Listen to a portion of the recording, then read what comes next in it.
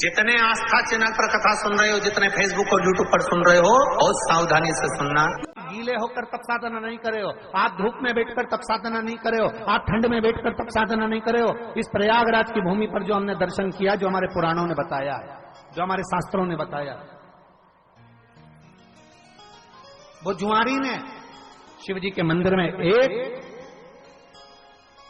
गजरा और बीड़ा पटका था, तो भगवान नारायण ने आकर उस जुआरी के सामने कह दिया था कि तूने ऐसा दान करा कि मेरा मन करता है कि मैं तेरे दरवाजे पर भिक्षा मांगने आऊंगा।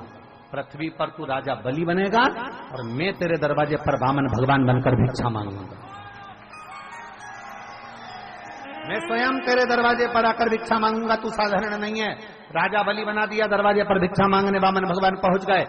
जब भिक्षा मांगने के लिए पहुंचे तो पृथ्वी को नापते समय 3 चरण भगवान ने उठाना प्रयास किया और पृथ्वी नापी 1 में, दूजे में आकाश।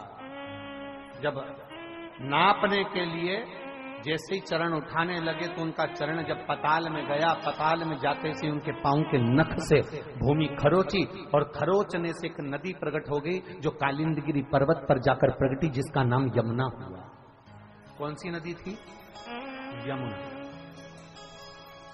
वो यमुना कालिंदगिरी पर्वत पर प्रकट हो गई। पर यमुना ने सबसे पहले, कालिंदगिरी पर्वत पर प्रकट होने से पहले यमुना सबसे पहले गौलोक धाम में गई और गौलोक धाम में जाकर कालिंदगिरी बाबा को नमन कर कर कहती है, मुझे एक बार गौलोक धाम जाना है। तो गौलोक धाम में जाकर तुम करोगी क्या यमुना? यमुना जी कहती है, मुझे केवल जिस परमात्मा ने मुझे पृथ्वी पर प्रकट करा, जिस परमात्मा के चरण के नख से मैं प्रकट हुई हूं, उस परमात्मा का मुझे दर्शन करना। यमुना गौलोक धाम? हाँ प्रभु, गौलोक धाम। यमुना जी सीधे गोलोक धाम पर गई तो गोलोक धाम पर जाकर यमुना जी क्या देखती हैं कि मां भगवान कृष्ण राधा जी के संग में विराजमान है। भगवान कृष्ण राधा जी के साथ विराजमान, और राधा जी के साथ भगवान कृष्ण विराजमान थे। बड़े आनंद में झूला झूल रहे थे। यमुना जी ने जाकर जो नारायण का दर्शन करा, भगवान हरि विठ्ठल का दर्शन करा, भगवान पांडुरंगा का दर्शन करा, भगवान कृष्ण का दर्शन करा, भगवान विष्णु का दर्शन करा, जो दर्शन किया तो उसी समय पर यमुना जी के हृदय में आ गया, जैसे राधा भगवान कृष्ण के पास में बैठी है, मुझे भी इस नारायण के करीब में बैठना है और मुझे भी इनकी पटरानी बनना है। मैं भी पटरानी बनूं, पर पटरानी बनने के लिए कोई सहजता नहीं है, कोई साधारणता नहीं है।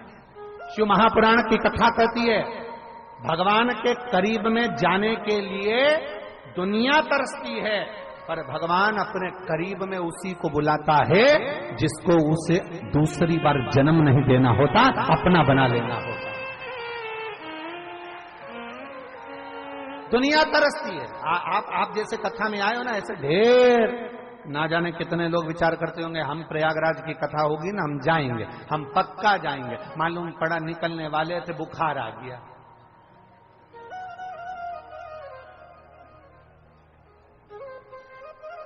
आप लोग भी आए होगे ना, आपसे भी 2-4 लोगों ने तो कहा ही होगा मोहल्ले के, मालूम है सीवर वाला मारा जा रहा है सतुआ बाबा जी के यहां। अच्छा, अपन एक काम करेंगे, सब चलेंगे। बोलो बोलो, सही है कि गलत है? सब चलेंगे। ग्रुप बना था 15 लोगों का, आए 5, 10 कहां गए? घर रह गए। घर नहीं रह गए, पूरे बगीचे में इतने सारे फूल लगे होते हैं, आपको क्या पूरे फूल पसंद आते हैं?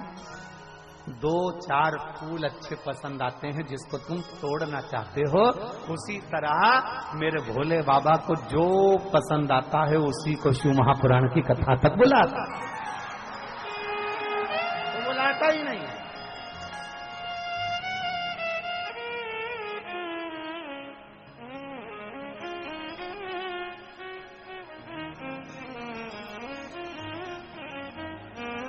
मेरा शंभु बुलाता ही नहीं, बुलाएगा उसी को जो उसको पसंद आए।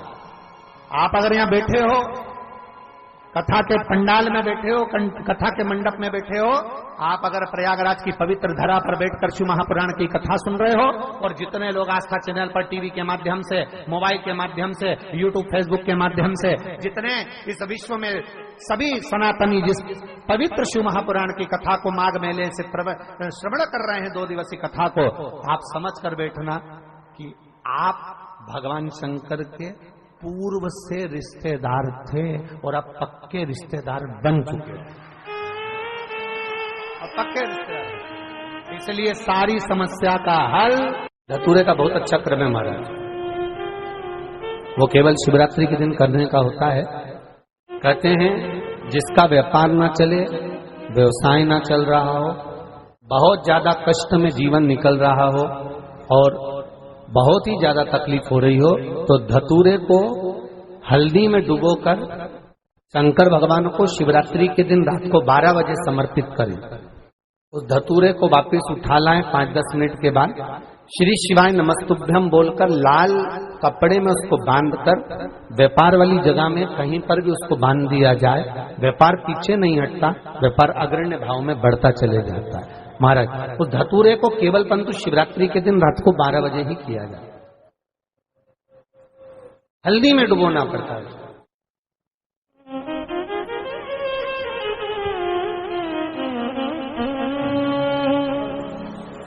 यही प्रमाण एक क्रम में और है महाराज जी। लिंग पुराण कहती है, मान लो किसी व्यक्ति को कोई एक भारी बीमारी हो गई, बड़ा रोग हो गया, और वो रोग डॉक्टर कह रहा है कि ये ठीक नहीं होना है, बहुत तकलीफ उसमें है और कष्ट ही कष्ट है, वो ठीक नहीं हो रहा, दवाइयां लग रही, गोलियां खा रहे हैं, तो महाराज उसका भी वर्णन है। 7 धतूरे, कितने धतूरे लेना है? 7 धतूरे। कोई सी भी शिवरात्रि से मतलब महीने में एक बार शिवरात्रि आती है, प्रत्येक महीने आती है। किसी भी शिवरात्रि के दिन 7 धतूरे लेकर, एक धतूरे में मोली, लच्छा, नाड़ा लपेटकर चंद्रमौली भगवान का स्मरण कर उस मोली को लपेटकर 6 धतूरे में हल्दी लगाकर शंकर भगवान की जो जलाधारी है, जलाधारी में आपको पहले भी वर्णन किया है, शंकर भगवान का ये शिवलिंग है, ये जलाधारी है, ये भगवान का जल निकलने का स्रोत, चरणारविंद का भाव। शिवलिंग जहां रखा हुआ है, ये पार्वती जी का हस्त कमल, जो ये गोल भाग है, ये पार्वती का हस्त कमल, जहां शिवलिंग रखा है। जहां से जल नीचे गिरता है, उसके सीधे भाग में श्री गणेश जी महाराज का स्थान है, उसके उल्टे भाग में श्री कार्तिकेय जी का स्थान है। जलाधारी के सामने एक मोटी सी लाइन होती है, कहीं सांप बना होता है, कहीं स्थान बना होता है। जो मोटी सी लाइन है, ये शंकर भगवान की सबसे छोटी लड़की अशोक सुंदरी का स्थान है। जलाधारी के ऊपर जो 3 टेकी लगी है, ये भृगु ऋषि का भृंगी गण का स्थान है। इसके ऊपर जो कलश है, कलश में जो पानी भरा जाता है, वो पानी जो बूंद बूंद नीचे गिरता है, ये शंकर भगवान की 5 लड़कियों का स्थान है। जया, विषहरा, सामरीबारी, धोतली और देव, ये 5 लड़कियों का स्थान है। शंकर भगवान का संपूर्ण परिवार शिवलिंग के सामने से, जहां से जल चालू होता है गिरने के लिए नीचे की ओर, जब जल जाता है उस स्थान पर भगवान शंकर के सारे गणों का स्थान है। फिर जब जल बहकर सामने की ओर जाता है, जितनी दूर तक जल जाता है उतनी दूर तक भगवान शंकर के उस जल भाग को ग्रहण करने के लिए 33 कोटि देवताओं का स्थान है। इसलिए उस जल को हम लांघते नहीं है, क्योंकि वहां 33 कोटि देवता विराजमान रहते हैं महाराज। तो जो बीमारी डॉक्टर ने बता दी और बहुत बड़ा रोग हो गया और शरीर में कष्ट है, ठीक नहीं हो रहा, चाहे लीवर से जुड़ा हो, चाहे किडनी से जुड़ा हो, चाहे कैंसर से जुड़ा हो, और मान लो शरीर में कहीं गांठ भी हो गई है और वो मिटी नहीं रही हो, तो महाराज निवेदन है 7 धतूरे, एक धतूरे पर मोली लपेटकर वो शंकर जी के शिवलिंग के ऊपर चढ़ाना। 6 धतूरे, उसमें से एक धतूरा भगवान श्री गणेश जी का स्थान, दूसरा धतूरा श्री कार्तिकेय जी का स्थान, तीसरा धतूरा अशोक सुंदरी का स्थान। महाराज शंकर भगवान की जगदम्बा जी के हस्त कमल के ऊपर एक धतूरा, 5 एक धतूरा जहां से जल नीचे की ओर बहकर जा रहा हो, पानी जिस जगह से नीचे गिर रहा हो बिल्कुल वहीं पर एक धतूरा चढ़ा देना है। उस धतूरे को चढ़ाने के बाद वो धतूरा वापस लेकर आना है।